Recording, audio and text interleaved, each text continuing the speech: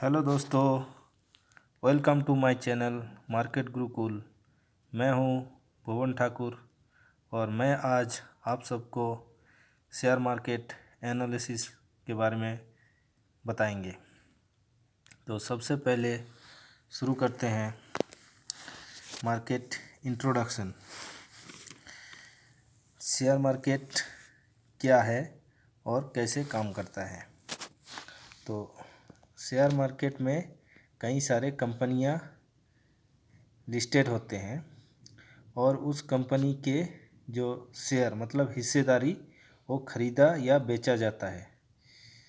तो सबसे पहले कोई भी कंपनी जब उसको पैसे की ज़रूरत पड़ता है तो वो बैंक से लोन लेता है, या फिर बैंक से लोन लेने की बाद भी अगर उसको पैसे की और ज़रूरत पड़ता है उसका बिजनेस को बढ़ाने के लिए, उसका कंपनी को और आगे बढ़ाने के लिए, तो वो क्या करता है, अपना जो कंपनी का हिस्सेदारी है वो पब्लिक में बेचते हैं और वो हिस्सेदारी बेचने के बदले में जो पैसा उसको मिलता है वो पैसा से वो अपना बिजनेस को आगे बढ़ाता है और कंपनी ग्रो करती है। तो कंपनी अपना शेयर मतलब हिस्सेदारी को खरीदने या बेचने के लिए हमारे पास दो स्टॉक एक्सचेंज है। एक है बीएसई, दूसरा है एनएसई। बीएसई होता है Bombay stock exchange and NSE होता है नेशनल स्टॉक एक्सचेंज। तो ये दोनों एक्सचेंज के थ्रू कंपनी अपना शेयर की मतलब अपना हिस्सेदारी बेचते हैं और इस एक्सचेंज के थ्रू हम उस कंपनी का शेयर को खरीद पाते हैं या बेच पाते हैं। तो सबसे पहले कंपनी अपना शेयर को बेचने के लिए आईपीओ लॉन्च करता है। आईपीओ मतलब इनिशियल पब्लिक ऑफरिंग। तो आईपीओ के थ्रू वो अपना कंपनी का हिस्सेदारी पब्लिक में अलॉट करते हैं। जैसे मान लो एक कंपनी है XYZ, कोई भी कंपनी है, तो अगर एक कंपनी मान लो एक कंपनी है, तो एक कंपनी अगर एक कंपनी अपना हिस्सेदारी मतलब उसका 100 शेयर, उसका हिस्सेदारी को 100 शेयर में बेचते हैं, तो वो क्या करेगा, एक शेयर का वैल्यू अगर 10 रुपये रखता है, 10 रुपये पर शेयर, तो 100 शेयर का कितना हो जाएगा, 10,000। तो 10,000 रुपया उसको पब्लिक से मिलेगा।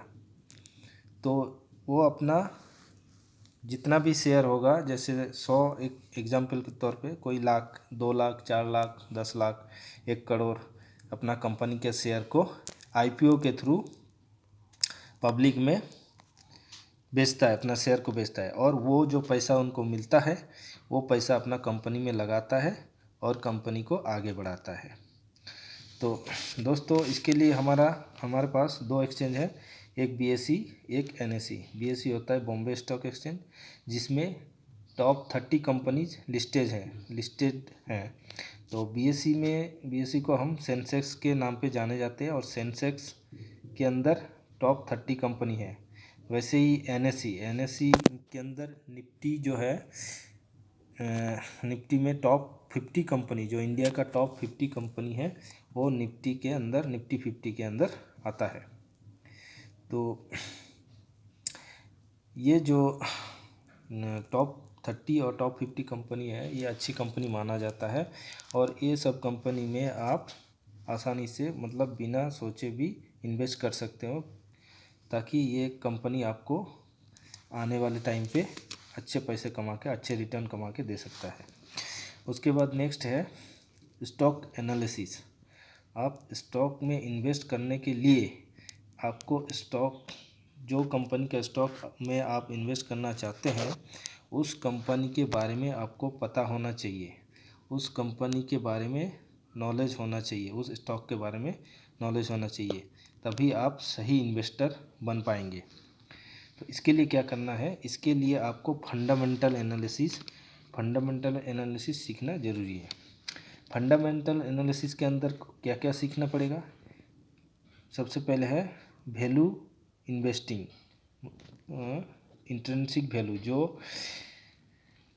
कंपनी का सही प्राइस है वो आपको जानना ज़रूरी है।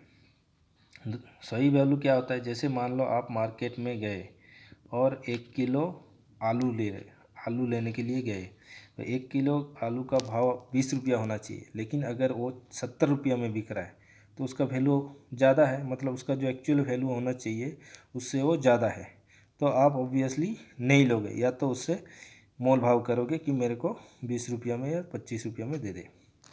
तो ऐसे ही कंपनी का भी जो इंट्रिंसिक वैल्यू मतलब एक्चुअल वैल्यू जो होना चाहिए, अगर 100 रुपया है तो 100 रुपया में आप उसको ले सकते हैं। अगर उसका वैल्यू ज़्यादा है तो आप उसको अवॉइड कर सकते हैं। बहुत ज़्यादा, थोड़ा बहुत अप डाउन चलता रहता है मार्केट में, लेकिन अगर बहुत ज़्यादा 100 का वैल्यू का अगर शेयर अगर 500 में बिक रहा है तो ऑब्वियसली वो 5 गुना ज़्यादा है, तो मतलब वो ठीक नहीं है। उसके बाद है पीई रेशियो। पीई रेशियो का मतलब होता है प्राइस अर्निंग रेशियो, मतलब आप उसमें 1 रुपया कमाने के लिए कितना पैसा दे रहे हो। अगर पीई रेशियो 10 है, इसका मतलब आप उस कंपनी के शेयर में 1 रुपया कमाने के लिए आप 10 रुपया उसमें इन्वेस्ट कर रहे हो। तो 10 के अंदर, अगर पीई रेशियो 10 के अंदर है तो वो सही माना जाता है। अगर उससे ज़्यादा है, 40, 50 या 100 से ऊपर है, तो वो सही नहीं है। दूसरा क्या है? पीबी रेशियो, मतलब प्राइस पर बुक वैल्यू रेशियो।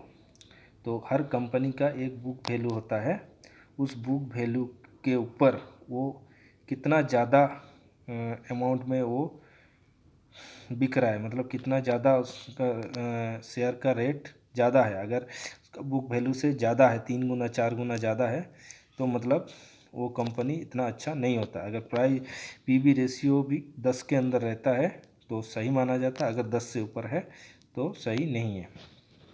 डेब्ट टू इक्विटी रेशियो, मतलब कंपनी के ऊपर कितने कर्जे हैं, वो बैंक से लोन कितना होगा या और भी कहीं से कर्जा ले रखा होगा, तो वो ये चीज़ आपको देखना जरूरी है। अगर उस कंपनी का कर्जा ज़्यादा है तो वो कंपनी सही नहीं है। नेक्स्ट है बैलेंस शीट एनालिसिस। अब उस कंपनी के क्वार्टरली जो बैलेंस शीट आता है उसको आप बीएसई या एनएसई वेबसाइट में उस कंपनी का बैलेंस शीट मिल जाएगा। उसको देख के आप पता लगा सकते कंपनी कितनी अच्छा काम कर रहा है या कैसे ग्रो कर रहा है। अगर कंपनी सही से काम कर रहा है, ग्रो कर रहा है, तो उसका बैलेंस शीट अच्छा होगा, उसका जो रेवेन्यू जनरेट होगा वो अच्छा होगा, उसका प्रॉफिट अच्छा होगा और वो कंपनी आगे चल के भी अच्छा करेगा। तो इस टाइप का कंपनी, ये सब चीज़ देख के आप अच्छे कंपनी में इन्वेस्ट कर सकते हैं और एक अच्छे इन्वेस्टर आप बन सकते हैं। अगर आपको इतना सब कुछ नहीं पता तो आप म्यूचुअल फंड में इन्वेस्ट कर सकते हैं। म्यूचुअल फंड में आपको ज़्यादा कुछ नहीं करना है, उसको आप एसआईपी के थ्रू कर सकते हैं या एक परमानेंट इन्वेस्ट करके भी कर सकते हैं। म्यूचुअल फंड में क्या है, कई सारी कंपनी है, उसमें क्या है, आपने मान लो 1000 रुपया का एसआईपी किया, तो वो म्यूचुअल फंड कंपनी आपका उस 1000 रुपया से वो अपने एनालिसिस करके अच्छा स्टॉक में लगाएंगे और आपका पैसे बढ़ा करके आपको मुनाफा करके देंगे। तो इसलिए म्यूचुअल फंड में आपको उसमें ज़्यादा कुछ जानने की ज़रूरत नहीं है।